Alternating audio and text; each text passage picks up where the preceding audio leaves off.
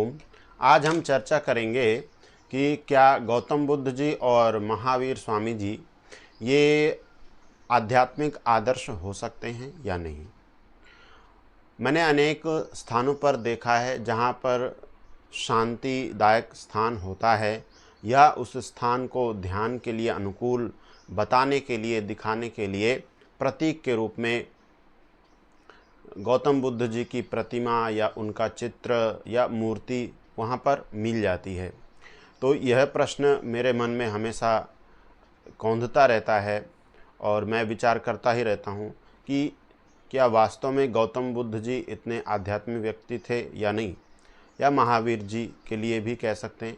यद्यपि महावीर स्वामी जी का चित्र और उनके मूर्ति और उनके प्रतीक आदि जनमानस में उतने अधिक प्रचलित और प्रचारित नहीं हैं, उतने स्वीकार्य नहीं हैं, परंतु सनातनियों के अंदर जो हिंदू समुदाय है वहाँ पर गौतम बुद्ध जी की स्वीकार्यता अधिक है। तो यह प्रायः प्रश्न होता है कि गौतम बुद्ध जी और महावीर स्वामी जी क्या ये एक आध्यात्मिक व्यक्ति के, धार्मिक व्यक्ति के जीवन में आध्यात्मिक आदर्श हो सकते हैं या नहीं। तो इसे समझने के लिए हमें पहले अध्यात्म को समझना होगा कि अध्यात्म क्या होता है। और अध्यात्म में भी दो शब्द हैं, अधि और आत्म, दोनों को मिला करके अध्यात्म बनता है। तो इसमें जो बाद में आत्म शब्द है अर्थात आत्मा, तो आत्मा शब्द का वैदिक वाङ्मय में और संस्कृत साहित्य में अनेक अर्थ मिलते हैं।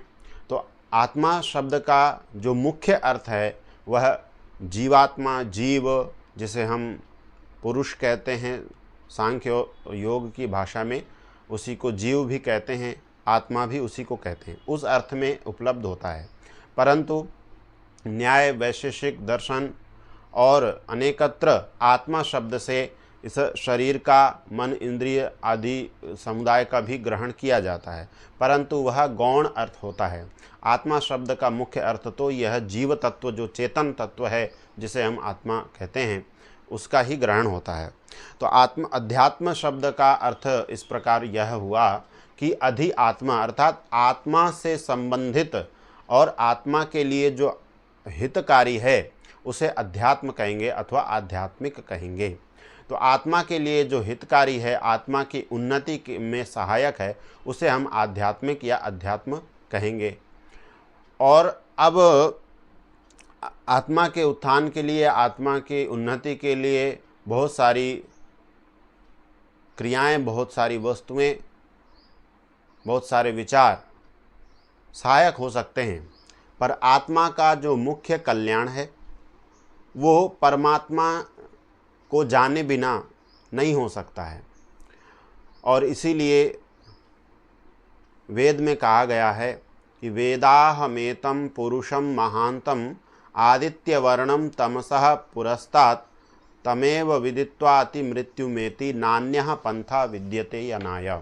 अर्थात उस परम पुरुष आदित्य वर्ण महान पुरुष को जानने के अलावा, उसको जाने बगैर सब दुखों से छूट जाने रूप मोक्ष की प्राप्ति का कोई अन्य मार्ग नहीं है।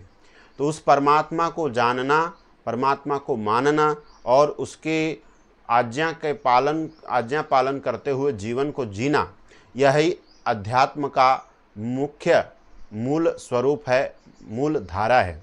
उसके बिना अध्यात्म अधूरा है। अब हम देखते हैं कि गौतम बुद्ध जी और महावीर स्वामी जी क्या अपने जीवन में ईश्वर को मानते थे।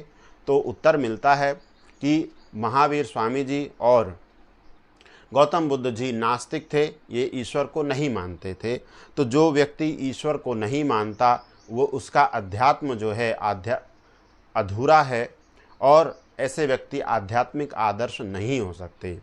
साथ ही अविद्या हमारे आध्यात्मिक उन्नति में सबसे बड़ी बाधा होती है, तो वह भी हमें यहाँ भरपूर दिखाई देती है कि जिस कालखंड में इन दोनों महानुभावों का जन्म हुआ, महान तो हम उनको कह ही सकते हैं, जीवन ऊंचा था, बहुत कुछ प्राप्त करने का, जानने का पुरुषार्थ किया, जिज्ञासु तो थे, परंतु आध्यात्मिक स्थिति उतनी अच्छी नहीं थी। परंतु जिस कालखंड में इनका जन्म हुआ उस समय भारत के अंदर सनातन सिद्धांतों में शिथिलता आ चुकी थी और बहुत सारी वेद विरुद्ध मान्यताएं आ चुकी थीं और कुरीतियां बन चुकी थी। उन कुरीतियों को और तर्क से भिन्न, तर्क रहित बातों और परंपराओं से ही खिन्न होकर के और कुछ इस तरह जो घटनाएं हुई उनको देख करके इन्होंने अन्य मत का ग्रहण किया, एक नए मत का में प्रविष्ट हुए और इन्होंने ईश्वर की सत्ता को स्वीकार नहीं किया, वैदिक मत को अस्वीकार कर दिया। यद्यपि महावीर स्वामी जी जैन परंपरा के 24वें तीर्थंकर माने जाते हैं। जैन परंपरा उनसे भी प्राचीन मानी जाती है। गौतम बुद्ध जी के जीवन की एक प्रसिद्ध घटना सुनी जाती है कि कुछ सनातनी समुदाय के लोग गायों को यज्ञ में बलि देने के लिए ले जा रहे थे और गाय आर्तनाद कर रही थी, रभा रही थी, दुखी मन से ध्वनि कर रही थी। तो गौतम बुद्ध जी पूछते हैं कि इन गायों को कहाँ ले जा रहे हैं। तो उनके जो सहचर थे, सेवक आदि, उन्होंने बताया कि ये गायों को यज्ञ में पशु की बलि देने के लिए ले जा रहे हैं। तो फिर पुनः उन्होंने ऐसा प्रश्न किया कि ऐसा ये क्यों करते हैं। तो फिर से इन्हें उत्तर मिला कि ऐसा वेदों में लिखा है। तब गौतम बुद्ध जी ने कहा कि यदि ऐसा वेदों में लिखा है और वेदों को ईश्वर की रचना माना जाता है तो मैं ऐसे वेदों को नहीं मानता, और जिस ईश्वर ने ऐसे वेदों को बनाया हो जिसमें पशु हिंसा, पशु बलि हो, ऐसे ईश्वर को मैं नहीं मानता। यद्यपि इन्होंने अहिंसा का मार्ग चुना, हिंसा इन्हें अच्छी नहीं लगी, यह बात अच्छी है, परंतु इनका कर्तव्य यह बनता है, एक बुद्धिमान व्यक्ति का कर्तव्य होता है, जब उनके पीछे बहुत सारे लोग चलने के लिए तैयार हों, उनको आदर्श मानते हों, तो कहीं सुनी बातों पर विश्वास ना करके उस तथ्य का अन्वेषण करना चाहिए, जैसा कि महर्षि दयानंद सरस्वती जी ने किया। महर्षि दयानंद सरस्वती जी से जब यह कहा कि वेदों में मूर्ति पूजा है, वेदों में पशु बलि है और वेदों में शूद्रों और स्त्रियों के पढ़ने का अधिकार नहीं है, ऐसा वेदों में लिखा है, तो महर्षि दयानंद सरस्वती जी ने वेदों का स्वाध्याय करके और ऐसे प्रतिवाद करने वाले, ऐसे अपवाद फैलाने वाले, वेद विरुद्ध मान्यताओं को वेद के नाम से प्रचारित करने वाले लोगों के समक्ष ही वेद को खोल करके रख दिया। बताइए इसमें मूर्ति पूजा कहाँ है, बताइए इसमें पशु बलि के लिए कहाँ कहा गया है, बताइए यहाँ शूद्र और स्त्री के अध्ययन का अधिकार का मना कहाँ किया गया है।